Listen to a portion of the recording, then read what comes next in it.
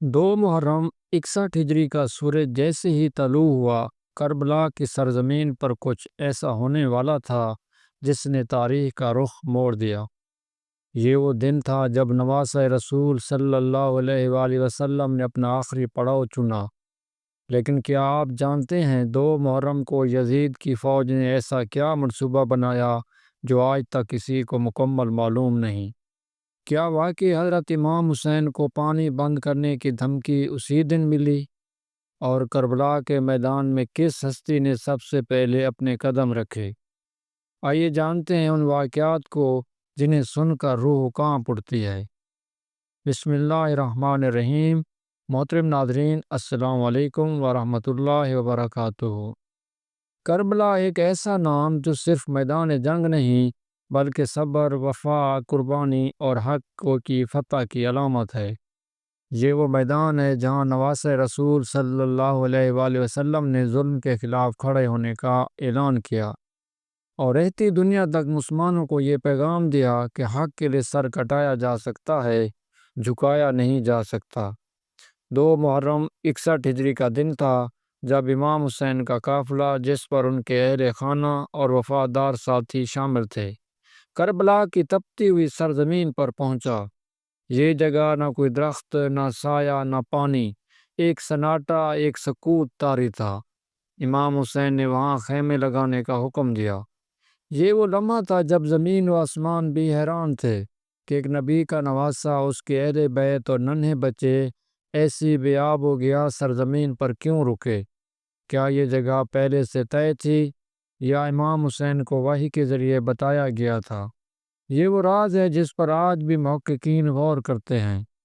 2 محرم کو امام حسین کا قافلہ پہنچا اور اسی دن ایک اہم شخصیت ان کے سامنے آئی۔ حر بن یزید ریاحی، یزیدی لشکر کے ایک اہم کمانڈر۔ ان کا دل ایمان سے خالی نہ تھا، مگر وہ بھی مجبور تھے۔ حر نے امام حسین کو روکا، لیکن ساتھ ہی انہیں نماز پڑھنے دی، خیمے لگانے دیے اور کسی بھی قسم کی سختی نہ کی۔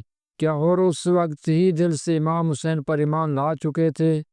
کیا انہوں نے وہ مقام شہادت پہلے ہی دیکھ لیا تھا؟ یہ تجسس آج بھی باقی ہے۔ 2 محرم کی شام یزید کا قاصد عمر بن سعد کو خط لکھتا ہے: حسین کو جھکاؤ ورنہ ان پر پانی بند کر دو۔ یہ وہ لمحہ تھا جب بنی ہاشم کے خیموں کے سامنے فرات کی لہریں بہہ رہی تھیں، مگر چند دن بعد وہی پانی ان پر حرام کر دیا گیا۔ کیا یزیدی فوج نے اسی دن منصوبہ بنا لیا تھا؟ کیا یہ اعلان جنگ تھا؟ یہ سوال آج بھی دل کو چیر دیتا ہے۔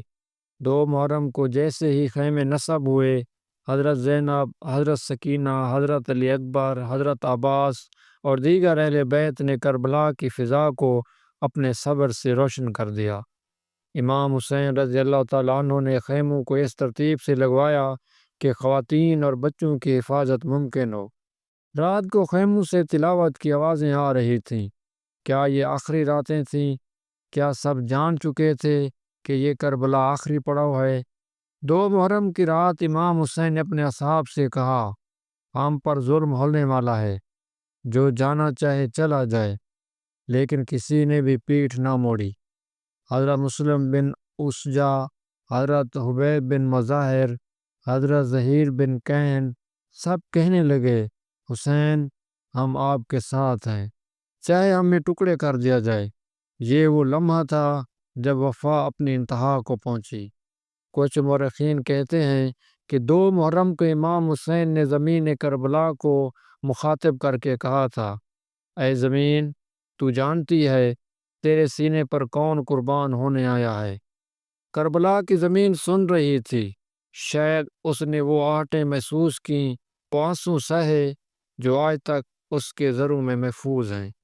2 محرم کو امام حسین نے ایک طویل دعا مانگی، کہا: یا اللہ، ہمیں صبر دے، حق پر قائم رکھ اور ہمیں سرخرو کر۔ یہ دعا آج بھی اہل حق کا ہتھیار ہے۔ حضرت علی اصغر، حضرت رقیہ، حضرت سکینہ، یہ وہ پھول تھے جنہوں نے کبھی ایسا ماحول نہ دیکھا تھا۔ 2 محرم کو ان کے چہروں پر حیرت، خوف اور معصومیت تھی۔ وہ خیموں میں چھپ کر آسمان کو دیکھتے، کہتے یہاں روشنی کیوں نہیں؟ 2 محرم کو حضرت عباس اکثر خاموش دکھائی دیتے۔ کیا وہ آنے والے امتحان کو جان چکے تھے؟ کیا ان کے دل میں وفا کا طوفان اٹھ رہا تھا؟ 2 محرم، خاموش رات، خیموں میں تسبیحات، سجدے، آنسوں اور امیدیں۔ یہ وہ رات تھی جب زمین خاموش تھی مگر آنسوں پر ہلچل تھی۔ آج بھی جب 2 محرم آتی ہے، کربلا کی فضا گواہی دیتی ہے کہ سچائی، صبر اور قربانی کی سب سے روشن مثال اسی دن کی بنیاد پر رکھی گئی تھی۔